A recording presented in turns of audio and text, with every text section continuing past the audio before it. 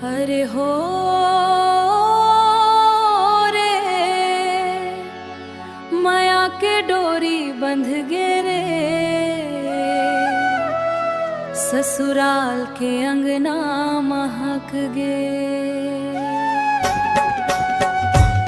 ससुराल मोर गेंदा फूल रे, महके आंगन महके धूल रे, सैया संग माया के डोरी जुड़ गे मोर भाग्य के नूर रे। ससुराल मोर गेंदा फूल रे, महके आंगन महके धूल रे, सैया संग माया के डोरी जुड़ गे मोर भाग्य के नूर रे।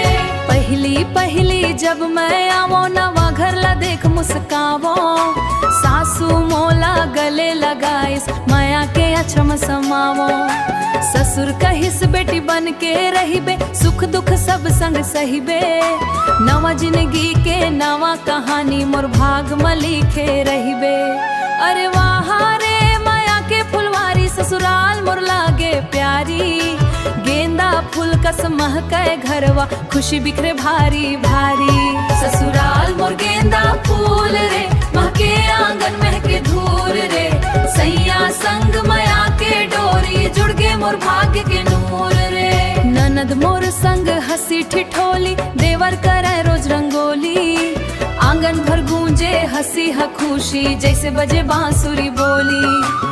रोज बिहान के सूरज संग नवा उमंग ले जागाओ मैं, सैया मोर संग देथे साथ माया के गीत लगाओ मैं। मांदर बाजे ढोलक बाजे, नाचे गाँव के नर नारी, माया के रंग में रंग गे सब, लगे दुनिया सबसे प्यारी। हो रे नाचा गमत के बेरा, आए झुमाओ संगवारी हो, तीजा पोरा हरेली मनावन गाँव माया के गारी हो। झनरो बहिनी बाबुल बर, अब तो नवा संसार है, ससुराल के माया पाए के खुल के भाग के द्वार है।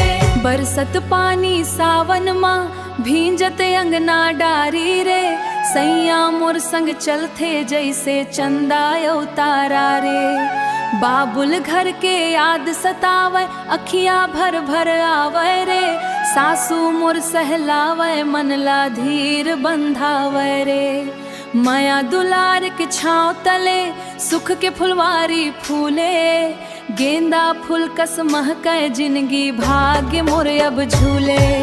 जन्म जन्म के संग निभाही सैया मोर संगवारी, सुख दुख मान हाथ धरे रहिबो एही मोर जिम्मेदारी।